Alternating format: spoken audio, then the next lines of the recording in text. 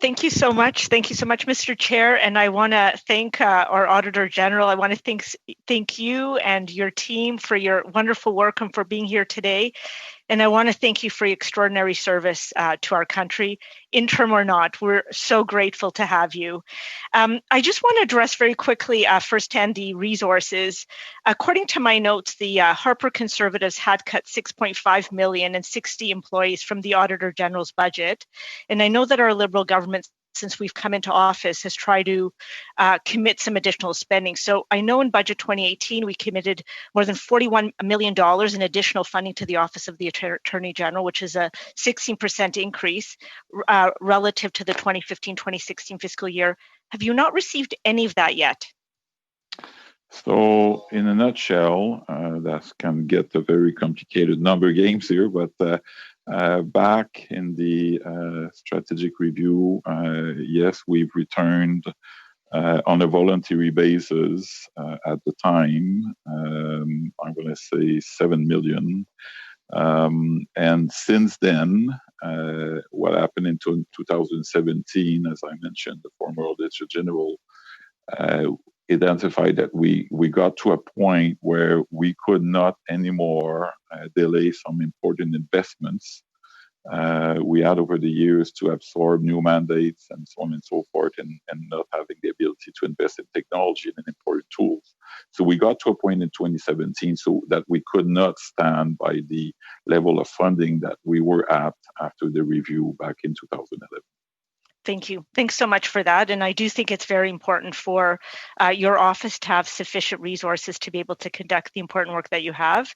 I want to turn our attention to the motion of April 11th, as you had talked about, in terms of conducting an audit of the spending undertaken and money borrowed due to COVID-19. So my first question is, what period of time will the audit cover, given that you must report your findings to the House of Commons no later than June 1st, 2021?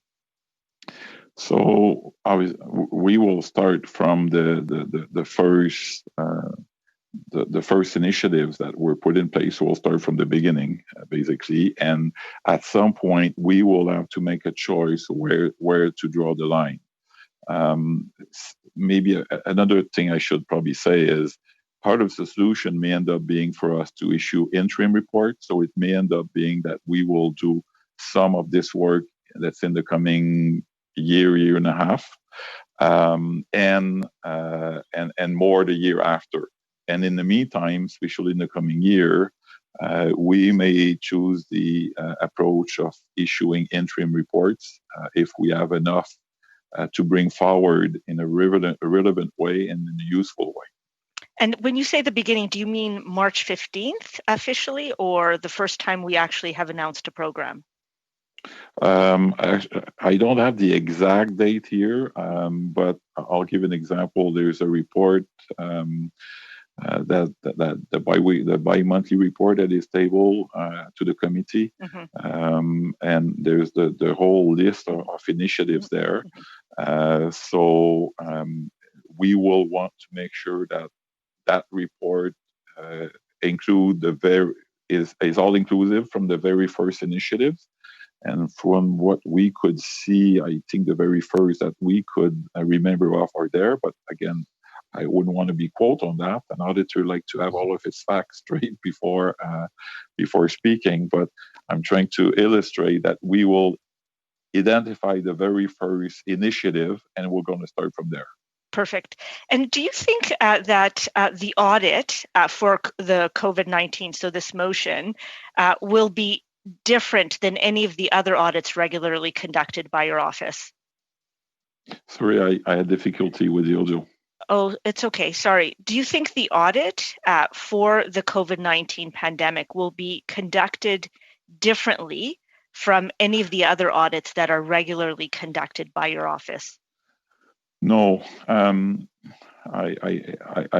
do, and I guess everybody in the office take pride in the quality of our work. And one of the reasons for the quality and the relevancy of our audit work is because we can rely on very robust way of performing our audit work. So the same basic, all-inclusive processes will be adhered to the same way to ensure that we bring forward the same way as in the past quality audit work. Okay. Now, have you already begun your audit? If so, can you comment on the progress of it and if you've encountered any difficulties thus far? So I'm going to ask Mr. Hayes to maybe add to this here.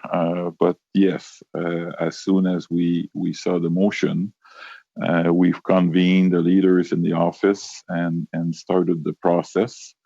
That is an audit where we will want to cover various elements of the initiative or the program, that it be support to individuals, support to businesses, the liquidity aspect, and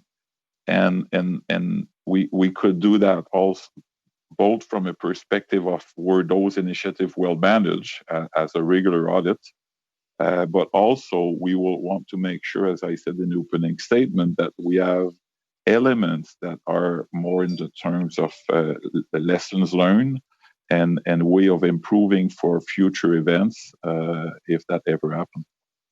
Mr. Hayes, Mr. Hayes, do you want to add to that? Yes, thank you very much. So we have started our audit work. In the normal course, audit planning can take a number of months, and we're accelerating that right now. We are dealing with the public servants, the senior public servants responsible for the departments that we will have to audit. And we're recognizing, of course, that there are many of them on the front line, and we don't want to distract from the services and support that they're providing to Canadians right now. We're working with them to make sure that we are able to conduct our audit work in a way that doesn't interfere. That said, we are very keen on getting our work going, recognizing that we are going to manage logistical challenges as we go. Perfect. Thank you so much. Thank you.